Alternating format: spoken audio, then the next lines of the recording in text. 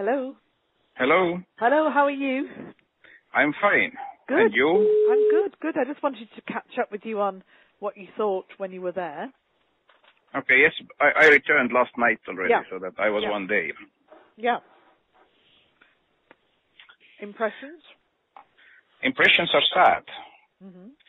I met with representatives of Regions Party, also new coalition representatives, and also civil society. There is this lady called Olga, who is the head of the doctors. Olga. Yes, Yeah, you know her. Yeah, I do.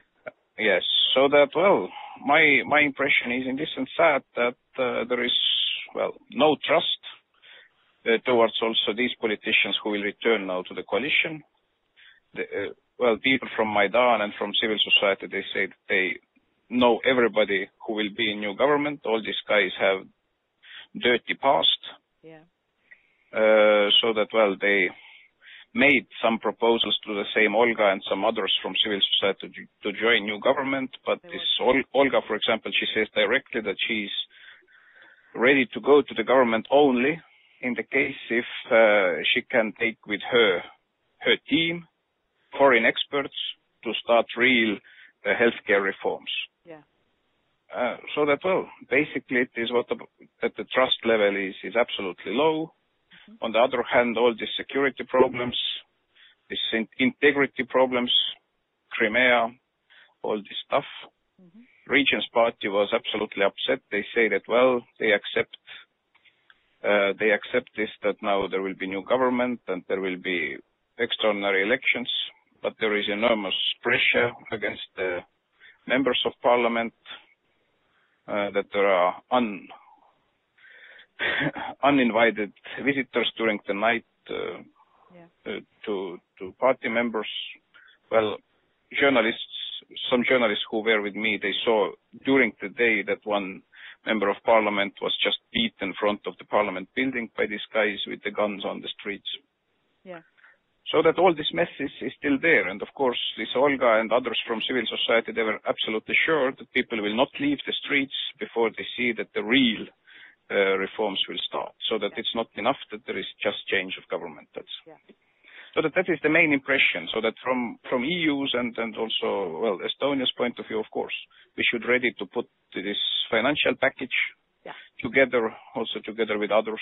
Yeah. This very clear message is needed that it's not enough that there is change of government, but the same real reforms, real action to increase the level of trust. Otherwise, well, it will end badly. Yeah.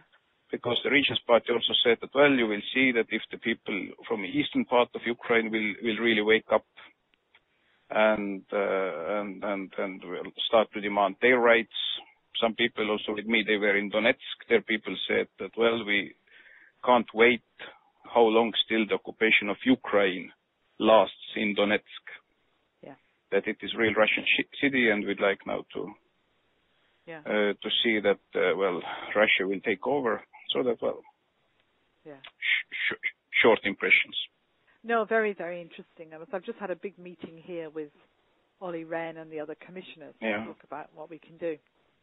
I mean, we're working on financial packages, short, medium, long term, everything from how we get money in quickly, how we support the IMF, and how we get a kind of investment packages and business leaders and so on. On the political side, we've worked out resources we've got, and I offered to civil society and to Yatsenyuk and Fishko and everybody I met yesterday.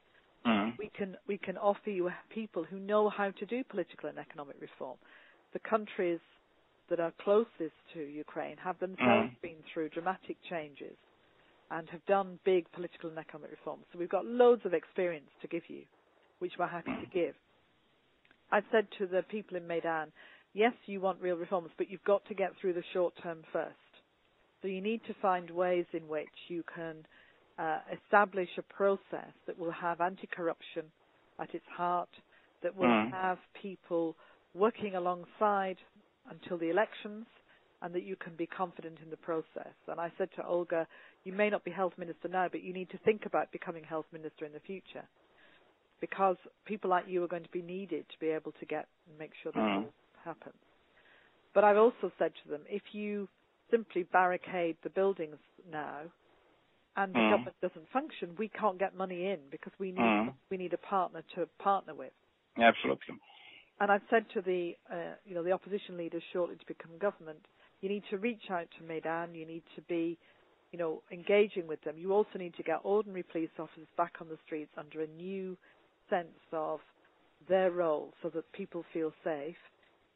I said to the Party of the Regions people, you have to go and lay flowers where the people died. You have to show that you understand what has happened here. Absolutely. Because what you're experiencing is anger of people who've seen the way that Yanukovych lived and the corruption, and they assume you're all the same. And those are the people who've lost people and who feel that, he ordered that to happen. There's quite a lot of shock, I think, in the city, a lot of sadness and shock, and that's going to come out in some very strange ways if they're not careful. So I think all of this we just have to work on. So we've done a big meeting here today to try and get this in place. But very interesting, your observation. It is, and well, actually the only politician the people from civil society mentioned positively was Poroshenko.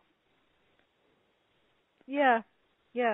So that he has some sort of, trust among all these Maidan people and civil society. And second, what was quite disturbing, the same Olga told that, well, all the evidence shows that people who were killed by snipers from both sides, among policemen and people from the streets, that they were the same snipers killing people from both sides. Well, that's. So that, and then she also showed me some photos.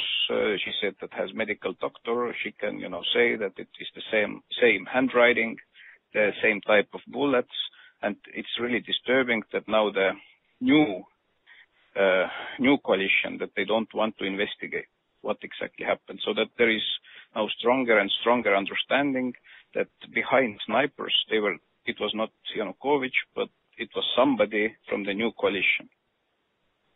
I think they do want to investigate. I mean, I didn't pick that up. That's interesting. Gosh. Yeah, so that it was, in this sense, disturbing that if it starts now to live its own life very powerfully, that it already discreditates from very beginning also this new coalition. I mean, this is what they've got to be careful of as well, that they need to demand great change, but they've got to let the RADA function. If the RADA doesn't function, then it's complete chaos. So that it's all, being an activist and a doctor is very, very important, but it means you're not a politician. And somehow they've got to come to a kind of accommodation for the next few weeks with how the country's actually going to run. And then we get the elections and things can change. And that's, I think, going to be quite important. I'm planning to go back early next week, probably on Monday.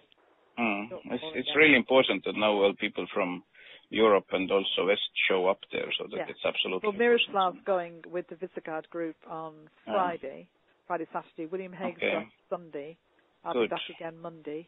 Yes, I heard also that Canadian minister is going on Friday, and yesterday also William Burns was there. Bill was there. I saw Bill. Yeah, we met also with Burns there in Kiev yesterday. Yeah, good. Yeah, I didn't know John Bird was going. I'll get hold of him. Okay, my friend. Great to talk to you. Well, thanks for these comments, and wish you, nice Australia. Yeah. What? Nice Australia. Enjoy. I am not going to go. I've got to delay it because I'm going to do more Ukraine instead. Okay, good. All right, my friend. Okay. Speak to you soon. Thank you, and all the best. See you. Bye. Bye.